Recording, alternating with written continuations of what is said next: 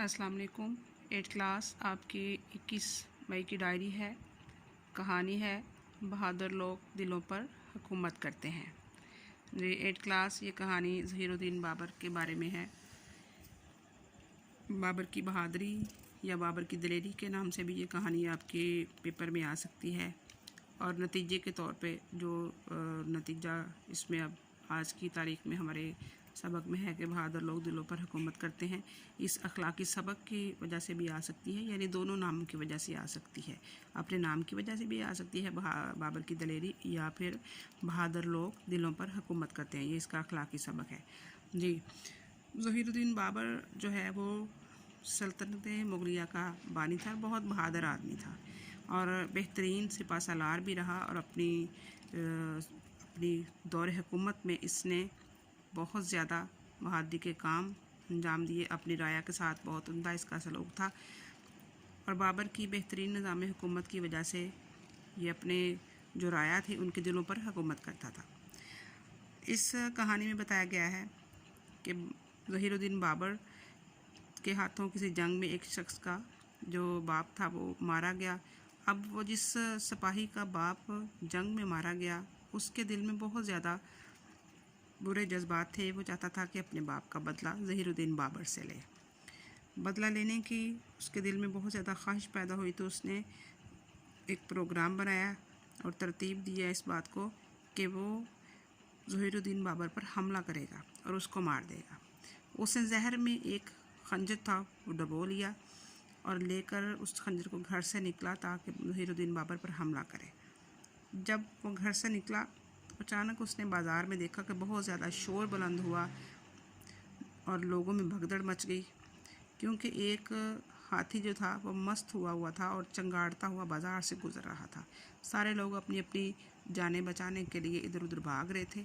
इस शोर में उसने देखा एक छोटा सा बच्चा जो है उस सड़क के दरमियान में खड़ा है और उसकी माँ जो है वो बहुत परेशान है कि कोई मेरे बच्चे को बचा ले, लेकिन सबको अपनी अपनी जानों की फ़िक्र है, हर कोई अपने आप को बचा रहा है और उस बच्चे की किसी को परवाह नहीं है। अब उसने देखा कि वो बच्चा दरमियान सड़क में है, इससे पहले कि वो हाथी जो है वो अपने पाँव के नीचे उस बच्चे को रोनता हुआ आगे चला जाए, उसने देखा कि एक बहुत बहादुर आदमी अचानक आया और उसके हाथ में तलवार थी। उसने उस हाथी पर अपनी तलवार से उसके हमले को रोका। हाथी जो था उसने अचानक उस आदमी पर हमला कर दिया, लेकिन उस बहादुर आदमी ने अपनी तलवार से उस हाथी की सूंड को काट डाला और फिर उसने देखा कि जब हाथी को ज़ख़म लग चुका है तो वो हाथी जो था वो पीछे भागता हुआ चला गया। उसने बच्चे को उठाया और माँ के हवाले कर दिया।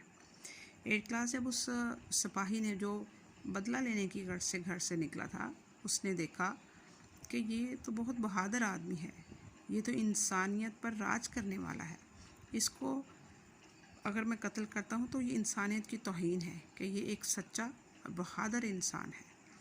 अब उसकी बहादुरी को देखकर उसके दिल से इंतकाम का जो जज्बा था कि अपने वो बाप का इंतकाम लेना चाहता था वो उसके दिल से ख़त्म हो गया, बल्कि उसके दिल में उसके लिए ज़हीरुद्दीन बाबर के लिए बहुत अच्छे जज्बात पैदा हो गए। उसने वो पहचान चुका था कि ये बहादुर जो आदमी है ये कोई और नहीं ज़हीरुद्दीन बाबर है, जिसने इतनी बहादुरी से उस बच्चे को हाथी के आगे से उठा लिया। उसने अपनी जान की परवाह नहीं की, बल्कि उसको परवाह थी उस बच्चे की, और किस बहादुरी से उसने हाथी पर हमला किया, हाथी को ज़ख़म लगाया, उसकी सूंड को काट डाला और बच्चे की जान को बचा लिया। अब इस सारे मामले को देखते हुए उस सिपाही के दिल में दुश्मनी की जगह, इंतकाम की जगह दोस्ती ने ले ली, मोहब्बत ने ले ली। उसने सोचा कि इसको ज़हीरुद्दीन बाबर को अगर मैं कत्ल करता हूँ तो ये इंसानियत की तौहीन होगी।